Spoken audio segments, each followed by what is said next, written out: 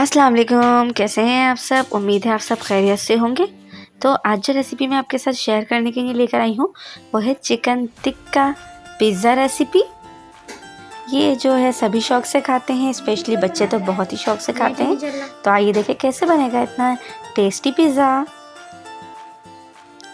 सबसे पहला स्टेप है कि हम इसका डो बनाना है। ये देखिए ये डो बहुत ही सॉफ्ट होना चाहिए। देखें इस तरीके का। आइए देखिए किस तरह बनाया है हमने ये डो। और इस डो को बनाने के लिए हमने किन किन इंग्रेडिएंट्स का यूज़ करा है। सबसे पहले हमें चाहिए 3 कप मैदा, फिर हमें चाहिए 3 टेबलस्पून ऑयल, 1 टेबलस्पून शुगर यानी कि चीनी, 1 टीस्पून नमक, फिर हमें चाहिए 1.5 टीस्पून यीस्ट यानी कि खमीर।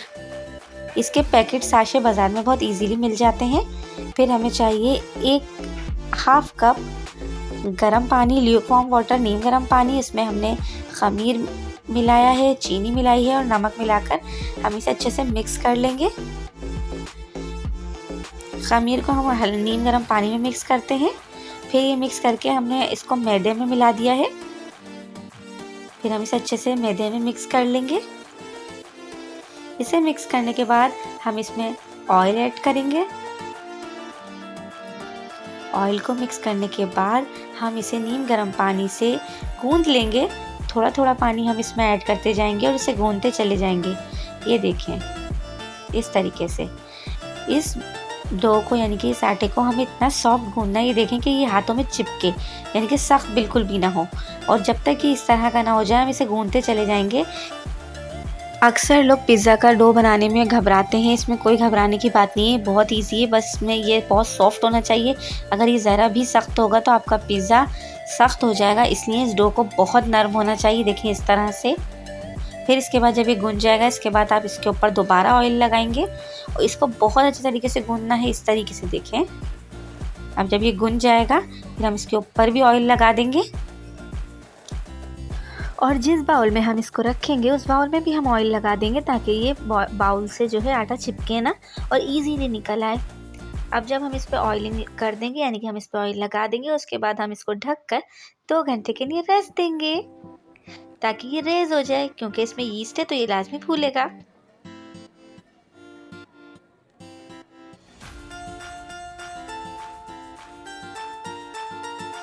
अब बनाते हैं दूसरे स्टेप की तरफ चलते हैं। तो अब हम बनाएंगे चिकन टिक्का। ये बनाने के लिए हमने लिया है आधा किलो बोनलेस चिकन।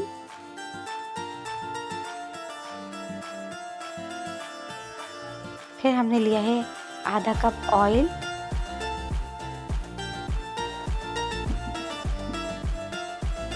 फिर हमने लिया है 1 टीस्पून धनिया powder, 1 teaspoon chaat masala powder, 1 teaspoon जीरा, 1.5 टेबलस्पून पिसी हुई लाल मिर्चें, 1/2 टीस्पून हल्दी, 1/2 टीस्पून गरम मसाला पाउडर, 2 टेबलस्पून लहसुन अदरक का पेस्ट, 1 कप दही,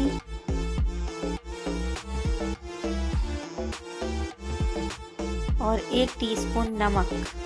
फिर हम इसकी टॉपिंग के लिए चाहिए पिज़्ज़ा सॉस। ये भी बाज़ार में बहुत इजीली मिल जाती है।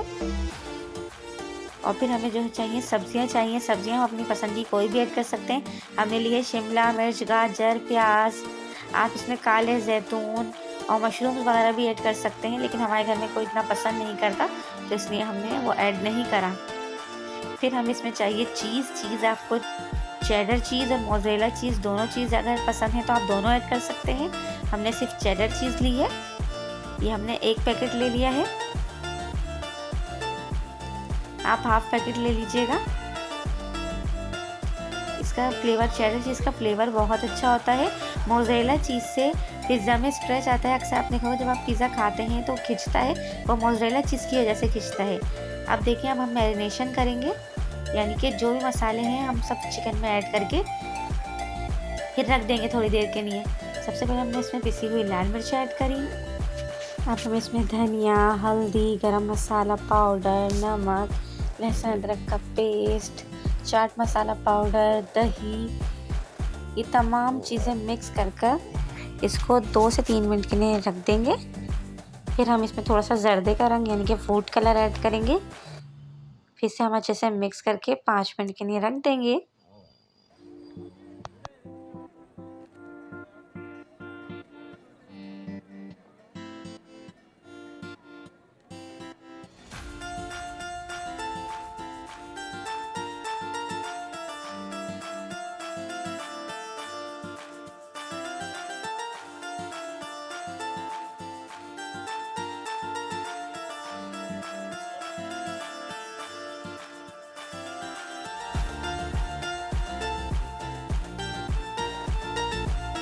10 से 15 मिनट बाद जब ये चिकन अच्छे से मैरिनेट हो जाएगी तो हम इसे फ्राई कर लेंगे। सबसे पहले हम पैन में ऑयल गरम करेंगे।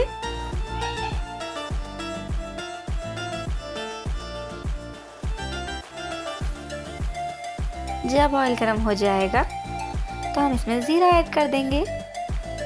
ज़ीरा जब हल्का गोल्डन ब्राउन हो जाएगा तो फिर हम इसमें मैरिनेट की हुई चिकन ऐड कर देंगे।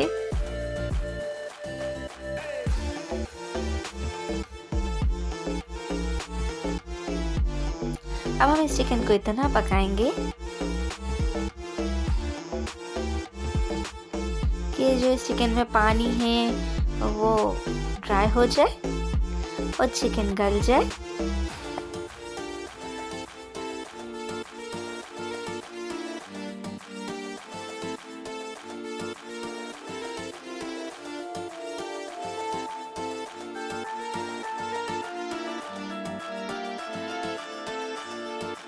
जब चिकन गल जाएगी तो फिर हम इसमें कोयले का धुआं देंगे। अब चलते हैं बेकिंग की तरफ। इसे हम प्री हीटेड ओवन में 200 डिग्री पर 15 मिनट्स के लिए बेक कर लेंगे। और अगर किसी के पास ओवन नहीं है तो फिर हम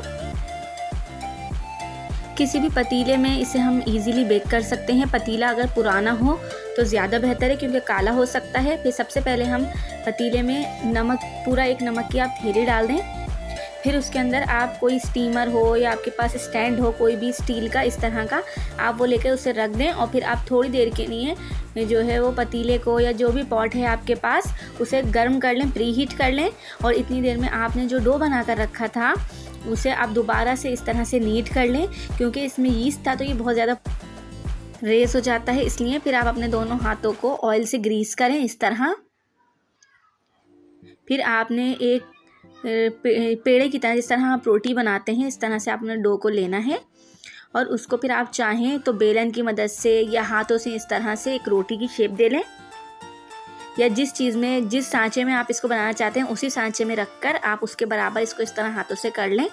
अगर आप चाहें, अगर आपके पास सांचा मौजूद नहीं है यानी कि कोई भी मोल्ड मौजूद नहीं है तो आपके पास किसी भी पतीले वगैरह का ढक्कन या जो भी आपके पास मौजूद है उसके ऊपर आप इसको फैला लें और इस तरह से फोक की मदद से इसमें इस तरह से होल कर दें ताकि ये बहुत ज़्यादा रेज ना हो और अच्छे से अंदर से पक जाए। फिर आप इसे पिज़्ज़ा सॉस लगाएं, चिकन लगाएं, जो आपने चिकन टिक्का तैयार किया था वो।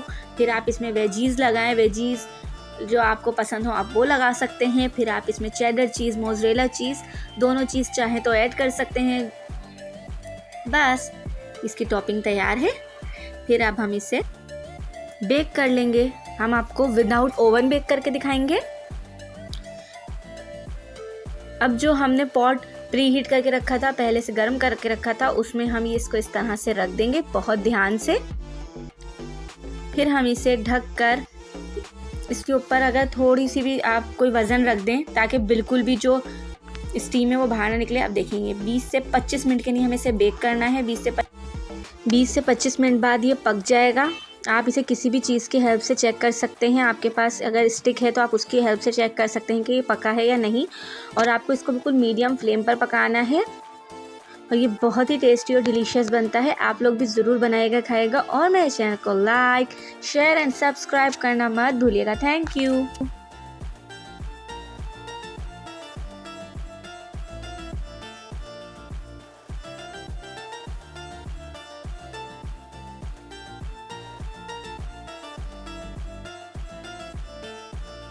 और इसे आप चिली गार्लिक सॉस या केचप के साथ सर्व करिएगा।